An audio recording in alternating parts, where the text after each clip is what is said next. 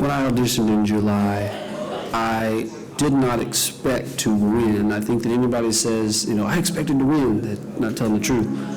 But I prepared to win. From the minute that I auditioned, I prepared to win, and so much decompression got to leave my body in that moment. That's why I fell on the ground. I finally got to take a breath. I haven't taken a breath in almost a year. So this may sound strange, but it has. I am fully aware of the fact that all that happened tonight was that it got me to the bottom of the next level. And that's all I really wanted was, I just wanted a fighting chance, This doesn't put me at the top of radio. It doesn't put me on the top 100. It just gets me to the bottom of the next level up, and I'm good with that. It's sunk in, yeah. Oh, and how? Yeah, I'm okay with that. To be mentioned in any kind of anything as JT is a big deal, and that's a lot of responsibility, but I'm good with it. Yeah, I think it happened, and I'm good with that. Definitely. I mean, there's such a healthy competitive push that we give each other. I say, Portia, we'll sing this. You can sing that better. And she says, well, you can sing it better on this part. And we push each other. So, yeah, I get to go to work with my best friend still, post-Idol. Finally, I want to sing. The money that I use to pay for my cell phone bill, for any bill, fill in the blank, I want it to come from music. It's been tip money and gig money, crinkled up $1 bills for the last several years, and I was good with that, But now, hopefully, I'll get some checks that say music on them, I don't think it's up for me to decide. I feel like, whether you love, hate, or indifferent about Idol, it doesn't matter. There was a sea of people on that stage together tonight that put that argument to rest. Idol has made so many people relevant for so many years, so yeah, I bring the show back if you want to, I'll help any way I can. I really am appreciative that my first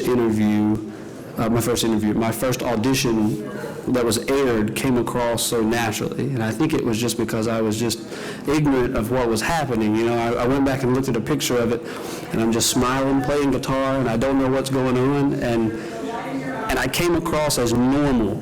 I didn't get to watch it on TV because I was at work, but I watched it that night, and I looked at it and I said, man, you don't look crazy, because TV can make you look crazy. It can make the most sane person look crazy, and I look normal. And so I'm really appreciative that I came across, pleasantly to the general public.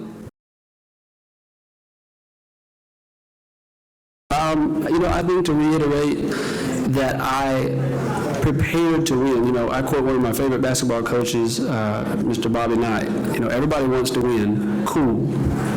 Duh. Everybody wants to win. Not everybody prepares to win. And so I prepared to win in July. Well, I prepared to win 25 years ago, when I was riding around on a tractor with headphones in my ears. So.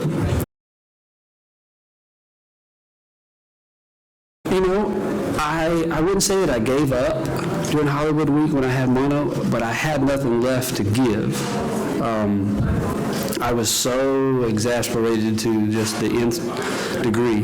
Matter of fact, the bathroom that's at the end of this level, I lived in that bathroom for about 4 or 5 days. I was kind of quarantined, and it was in there that I decided, all right, man, you can either quit, you can go pack up your stuff, because they told me, they said, man, you can quit, you look terrible, or you can push through it if you can. And I did, and here we are doing press,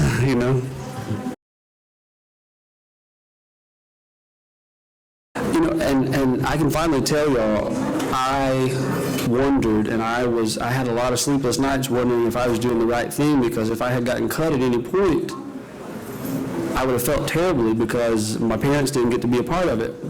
But, Ryan Seacrest told me just a minute ago, he said, I respect that you didn't bring your parents out here, he said, because it allowed you to have the most laser focus I may have ever seen in a human being in all my years. And that was it, and I love them to death. I talk to them every night on the phone, even though they're not out here, but I didn't have to worry about if they were safe or if they had their seat or, where they are in Los Angeles, because they're country like me. They'll get mugged and don't even know what's happening, But I told them that just last night. I said, guys, get off of Hollywood and Vine after 10 o'clock. And they said, oh, okay. They didn't know what that even meant. But, I'm glad I didn't bring them out here until this point, and I feel like they appreciated it. Idol has surrounded me with a group of humans that I trust, and I don't trust very easily. I trust until you give me a reason not to, but I trust Mr. Scott, and I feel like he knows what I want, and I know what he expects, and I think we're going to be good.